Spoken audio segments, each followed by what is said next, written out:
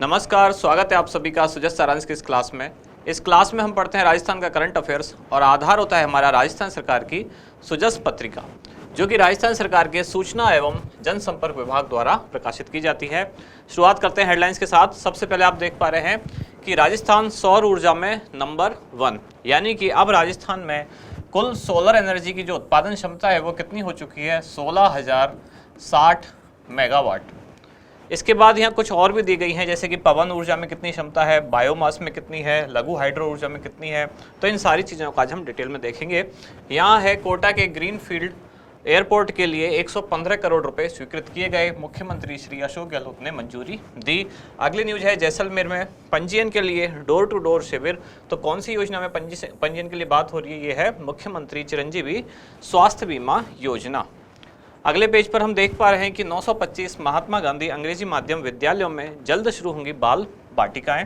तो कुछ टाइम पहले हमने अभी सुजस की क्लास में बाल वाटिकाओं के बारे में पढ़ा, ये क्या है, और साथ ही महात्मा गांधी अंग्रेजी माध्यम विद्यालय के बारे में भी हम पहले पढ़ चुके हैं। बाल वाटिका यहाँ भी लिखा हुआ है संक्षेप में कि 3 वर्ष आयु के बच्चों के लिए पूर्व प्राथमिक कक्षाएं यानी कि प्री प्राइमरी एजुकेशन के लिए ये पहल है राज्य सरकार की। इधर आप देख पा रहे हैं ये है मुख्यमंत्री विशेष योग्यजन सम्मान पेंशन योजना। इस योजना को आज हम डिटेल में पढ़ेंगे, जैसे कि इसमें आवेदन कौन कर सकता है, पात्र कौन है, पेंशन कितनी मिलेगी, किस आयु वर्ग के लोग इसके लिए पात्र होंगे और किसको कितनी पेंशन मिलेगी, ये सारी चीज़ आज हम डिटेल में देखेंगे।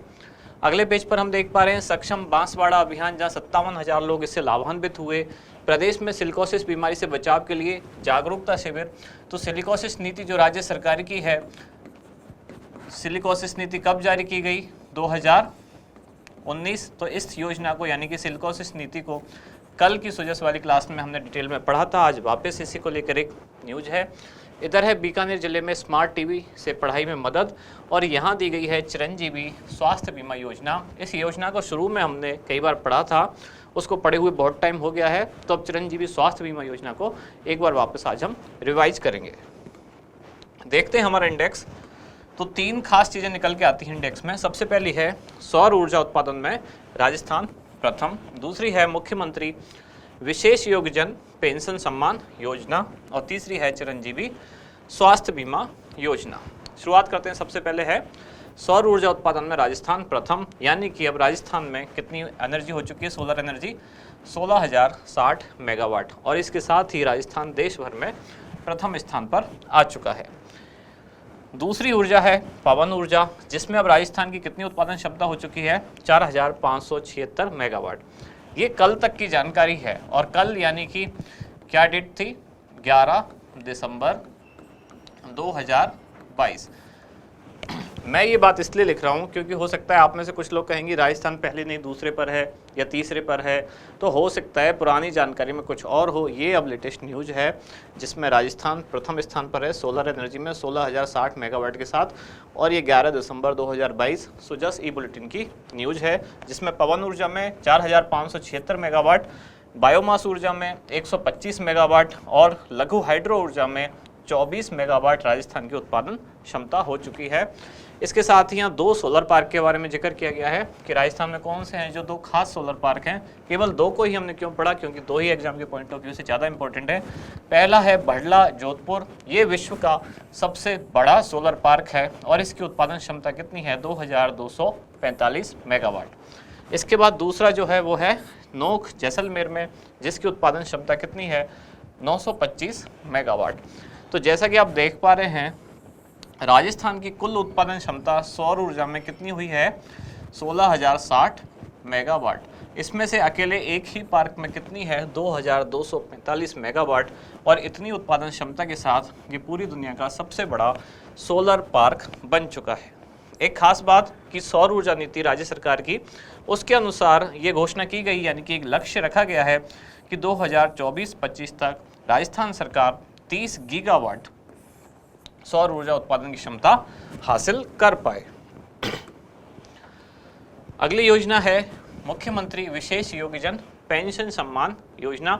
विशेष योग्यजन यानी कि दिव्यांगजन, इसका उद्देश्य क्या है, दिव्यांगजनों को आर्थिक सहायता प्रदान करना। कौन से विभाग द्वारा संचालित है, तो ये है सामाजिक न्याय एवं अधिकारिता विभाग। अब आप पूछेंगे कि इसकी डेट क्या है। कुछ योजना ऐसी हैं जिनमें जो दिनांक है वो ना तो किसी ऑथेंटिक सोर्स पर मिलती है, ना यानी कि ना तो सामाजिक न्याय एवं अधिकारिता विभाग है उसकी साइट पर इसकी कोई डेट दी गई है, ना ही जो आर्थिक समीक्षा है उसमें इसकी कोई डेट दी गई है, और ना ही आज की सुजस पत्रिका जो आई उसमें इसकी कोई डेट दी गई है।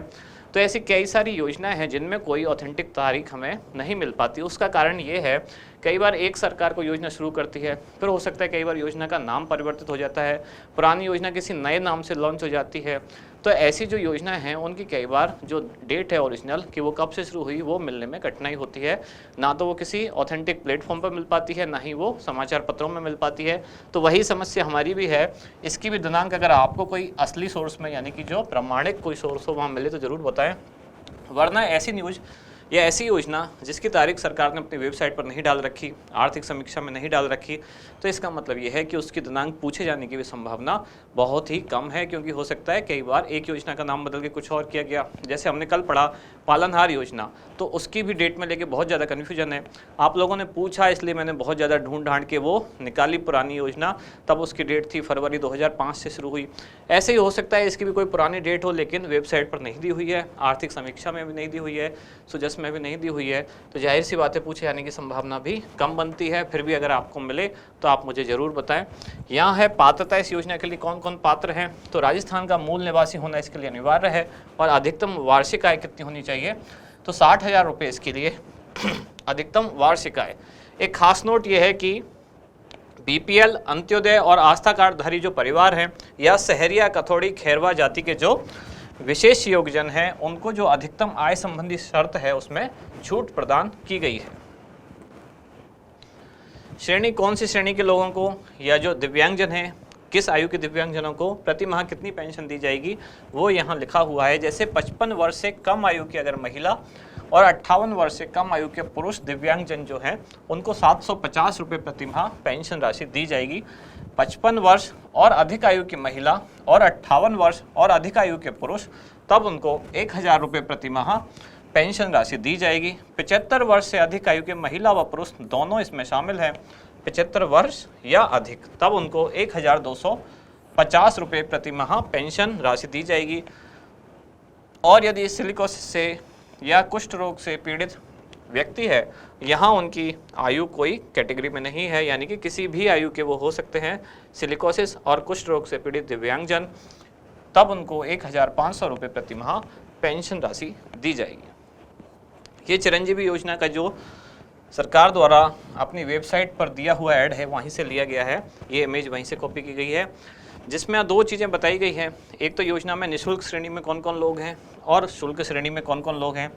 जो शुल्क श्रेणी में हैं उनको 850 रुपये प्रति माह प्रति परिवार देना होगा, और जो निःशुल्क श्रेणी में कौन कौन है, जैसे कृषक, लघु और सीमांत कृषक, संविदा कर्मी, राष्ट्रीय खाद्य सुरक्षा अधिनियम और सामाजिक आर्थिक जनगणना के पात्र परिवार, साथ ही निराश्रित व असहाय परिवार। यहाँ बहुत छोटे छोटे में लिखे हुए हैं, इसको हमने आगे की स्लाइड में भी लिखा हुआ है। यहाँ केवल ये दिखाने का पर्पज है कि सरकार की अगर आप कोई भी वेबसाइट खोलेंगे, जैसे कि कोई भी गवर्नमेंट ऑफ राजस्थान अगर आप डाल के सर्च करेंगे तो हर पेज पर कई बार आपको सबसे पहले यही पेज दिखेगा। इस योजना में यानी कि चिरंजीवी स्वास्थ्य बीमा योजना में अब कितनी कर दी गई है बीमा कवर की राशि, तो 10 लाख रुपए ये घोषणा की गई थी बजट 2022-23 में। पहले इसमें ये राशि कितनी थी, 5 लाख, अब बढ़ा के की गई है 10 लाख। एक और ख़ास बात, दूसरी बात यह है कि चिरंजीवी दुर्घटना बीमा योजना जो है उसमें बीमा कवर कितना है, 5 लाख रुपए, लेकिन चिरंजीवी स्वास्थ्य बीमा योजना में बीमा कवर कितना है, 10 लाख रुपए। दोनों चीज़ें ध्यान रखें, इसमें कंफ्यूज ना हो। दोनों योजनाएं चिरंजीवी नाम से शुरू होती हैं और बीमा बीच में आता है, केवल पूरी चीज़ पढ़नी जरूरी है। चिरंजीवी स्वास्थ्य बीमा योजना लिखा हुआ है तब 10 लाख, चिरंजीवी दुर्घटना बीमा योजना लिखा हुआ है तब 5 लाख। एक और योजना है चिरंजीवी नाम से जिसका नाम है चिरंजीवी जीवन रक्षक या चिरंजीवी जीवन रक्षा योजना, जिसमें सड़क दुर्घटना में घायल किसी व्यक्ति को यदि कोई दूसरा व्यक्ति अस्पताल पहुंच जाता है समय रहते, तब सरकार उसको पुरस्कार स्वरूप कुछ राशि प्रदान करती है, वो है चिरंजीवी जीवन रक्षा योजना। आगे बढ़ते इसमें साथ ही ये भी बताया गया है कि कौन कौन से जो नए पैकेज हैं इस योजना में शामिल किए गए, जैसे कि cochlear implant, bone marrow transplant, organ transplant, blood platelet plasma transfusion और लिम्ब प्रोस्थेसिस या बोन कैंसर। इसके साथ ही कॉकलियर ट्रांसप्लांट, कॉकलियर लिखा हुआ है, ये कई सारे नए पैकेज हैं जो इसमें शामिल किए गए हैं। इसी योजना को यहाँ स्लाइड के फॉर्म में लिखा हुआ है पीपीटी फॉर्मेट में, जैसे कि घोषणा कब की गई, बजट 2021-22 में, प्रारंभ कब से हुई तो 1 मई 2021 से। अभी कुछ दिन पहले किसी एग्जाम में शायद वन रक्षक वनपाल वाले में ये क्वेश्चन पूछा गया, ये योजना कब से शुरू हुई है। आगे उद्देश्य क्या है, तो पात्र परिवारों को स्वास्थ्य पर होने वाले व्यय को कम करना, साथ ही पात्र परिवारों को राजकीय अस्पतालों के साथ साथ जो निजी अस्पताल इससे संबंध है उसमें भी उनको गुणवत्तापूर्ण एवं विशेषज्ञ चिकित्सा सुविधाएं युक्त इलाज उपलब्ध कराना, और राज्य के पात्र परिवारों को योजना में वर्णित पैकेज से संबंधित बीमारियों का निःशुल्क इलाज उपलब्ध करवाना।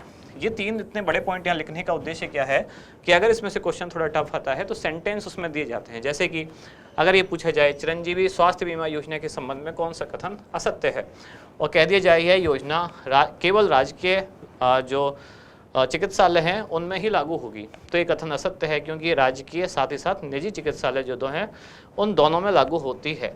योजना के लिए पात्र परिवारों के स्वास्थ्य पर व्यय को में कटौती लाना इसका प्रमुख उद्देश्य है। पात्रता क्या है, कौन लोग इसके लिए पात्र होंगे, तो ये भी एक इम्पॉर्टेंट लाइन है। राज्य के समस्त परिवार इस योजना के तहत पात्र होंगे, यानी कि कोई खास पैरामीटर नहीं है। किन के लिए योजना पूरी तरह से निःशुल्क है, तो लघु व सीमांत किसान, उनके लिए पूरी तरह से योजना निःशुल्क है। संविदा कर्मी कर्मचारी, उनके लिए निःशुल्क है। राष्ट्रीय खाद्य सुरक्षा अधिनियम और सामाजिक आर्थिक जनगणना 2011 के जो पात्र परिवार हैं उनके लिए भी योजना निःशुल्क है। और निराश्रित व असहाय परिवार, साथ ही कोविड-19 के कारण जो परिवार निराश्रित हुए हैं, वो यहाँ कोविड-19 लिखना रह गया है, उन परिवारों को भी निःशुल्क कैटेगरी में शामिल किया गया है। शुल्क श्रेणी में फिर कौन है, तो इनके अलावा जो भी बचे वो शुल्क श्रेणी में, यानी कि कृषक, संविदा कर्मी, राष्ट्रीय खाद्य सुरक्षा अधिनियम और सोशियो इकोनॉमिक सेंसस के पात्र परिवार और निराश्रित व असहाय परिवार, इनको अगर हटा दिया जाए तो बाकी सबसे शुल्क लिया जाएगा। और वो शुल्क कितना होगा, 850 रुपये प्रति परिवार प्रति वर्ष। ये जो 850 रुपये है ये भी कुल प्रीमियम राशि का, यानी कि जो प्रति वर्ष उनको पॉलिसी की प्रीमियम राशि भरनी होगी उसका 50% होगा। इसका मतलब ये हुआ कि 850 रुपये तो उस परिवार को प्रति परिवार देने हैं प्रति वर्ष, और साथ ही 850 रुपये राज्य सरकार अपनी तरफ से भी देगी। इस तरह से अगर दोनों को जोड़ दिया जाए तो प्रीमियम राशि वार्षिक कुल कितनी हुई, 1700 रुपये। इस 1700 रुपये में 50% भरेगा ये पात्र परिवार और 50% भरेगी राज्य सरकार। नोडल एजेंसी कौन है, तो राज्य की चिकित्सा एवं स्वास्थ्य परिवार द्वारा इसका संचालन किया जाएगा, यही इसका नोडल निकाय होगा।